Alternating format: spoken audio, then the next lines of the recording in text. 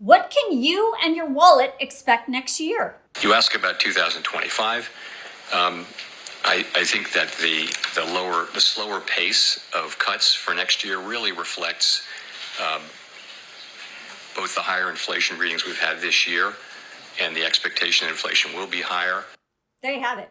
The Federal Reserve Chairman is expecting fewer interest rate cuts next year and slightly higher inflation. But the Fed is quick to say they are still on track to eventually get inflation under control and down to their 2% goal.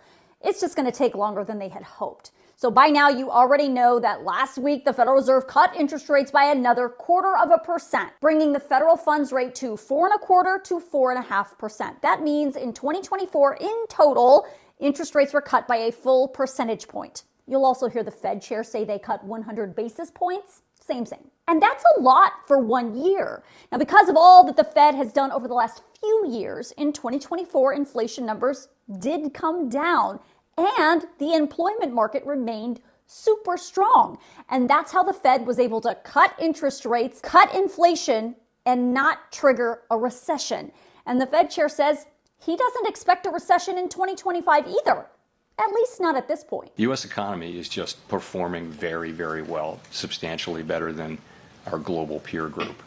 And there's no reason to think a downturn is any more likely than it usually is. So the outlook is pretty bright for our economy. We have to stay on task, though, and continue to have restrictive policies so that we can get inflation down to 2%. And that is not going to happen as fast as the Fed first thought. Originally, they thought they could hit that 2% goal by 2026. But now, it's looking more like 2027 before they get there. That means the rates we're dealing with right now are going to stick around this level for a little while.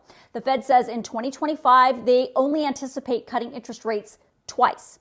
A few months ago, they were anticipating cutting interest rates 4 times in 2025. But because of that stubborn inflation, they can't do it, and they had to cut their expectations in half. The Fed is also projecting another 2 rate cuts in 2026 and then one last one in 2027. That means our wallets are probably going to be feeling the strain for a little while. What the public is feeling, and they're right about it, is that prices are just, the price level went up because of the past inflation. And it's going to take some time for real wages to recover over a period of years in which your real compensation is growing. And in other words, your compensation is growing meaningfully faster than inflation. The best we can do for them, and that's who we work for, is to get inflation back down to its target and keep it there so that people are earning, big real wage increases so that their wages are going up, their compensation is going up faster than inflation year upon year upon year. And that's what will restore people's good feeling about the economy. That's what it will take, and that's what we're aiming for. One hang up in all of this? How will President-elect Trump's massive tariffs impact all of this? Now, as I reported in a lot of detail in this video, generally tariffs are inflationary, meaning they can cause inflation to spike up.